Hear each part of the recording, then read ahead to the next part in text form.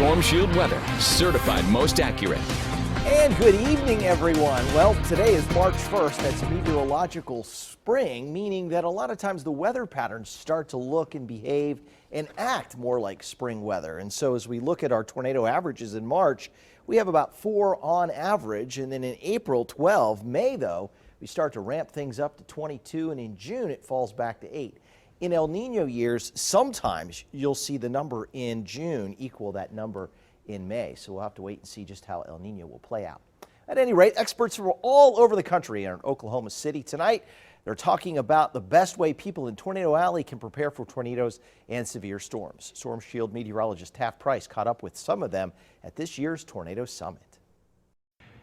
Here in Oklahoma, severe weather is inevitable this time of year, and some of those have the potential to be deadly. But there are things we can all do to prepare before danger strikes.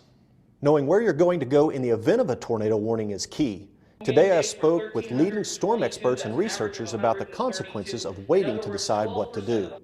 As we learned after 2013's Moore tornado, if everyone races to get out of the storm's path at the same time, traffic jams delay everyone. You could get stuck in a dangerous situation with no way out.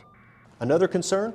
The destinations people choose. Some falsely think that buildings, like hospitals and malls, are safer than their homes. This can be a deadly mistake.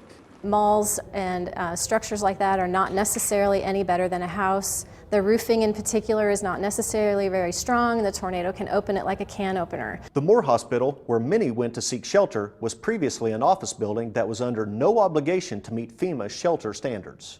The Stormshield weather team is working on a severe weather special to help keep you safe this severe weather season. Tune in March 30th at 8 p.m. and we'll show you ways to keep you and your family safe in your house. In Oklahoma City, I'm meteorologist Taft Price. 2 works for you. All right, thanks, Taft. That's right, and we are already working, trying to keep you safe. Last night, staying here late, and of course, you can download the Stormshield app to stay ahead of the storms. The rain last night produced 1 inch and 3/10 at Eufaula, but some areas up to the north and west of Tulsa did not get much at all. Skytook in Burbank had less than 1/10 of an inch of rainfall, and with that in mind, we look at a fire weather watch in effect from Tulsa to the northwest and out to the west on Wednesday. Next, big chance for any kind of relief. There's a small chance of showers on Sunday, maybe some light rain. Monday is the better chance, and we'll go into this kind of spring-like weather pattern that could set us up for even more thunderstorms on Tuesday. Until then, spring-like weather here on the first day of March. The tree pollen is high. The mold spores are low, but still agitating and bothering some folks with those allergens. We have clear skies right now outside. The temperature sits at 55 degrees. The dew point's down there at 27. Pretty dry air across the region with north-northwest winds at 12 miles an hour. Temperatures tonight are dropping into the 30s. It'll be a colder morning tomorrow morning at those bus stops for the kids. They might need some layers, a sweatshirt, and then they can ditch that sweatshirt by the afternoon. 28 Bartlesville tonight, 32 in Grove, 36 at Pawnee with light southeasterly winds. Winds switching to the south overnight in Wagoner, 34, Muskogee down to 35, and Chakotah down to 36 overnight. Holdenville down to 40 with light south winds and clear skies south of Interstate 40. During the day tomorrow, we'll look for that sunshine and a mix of clouds through about 10 o'clock. Back to sunshine at the noon hour, back to the sun and cloud mix by 4 p.m. High temperature 67.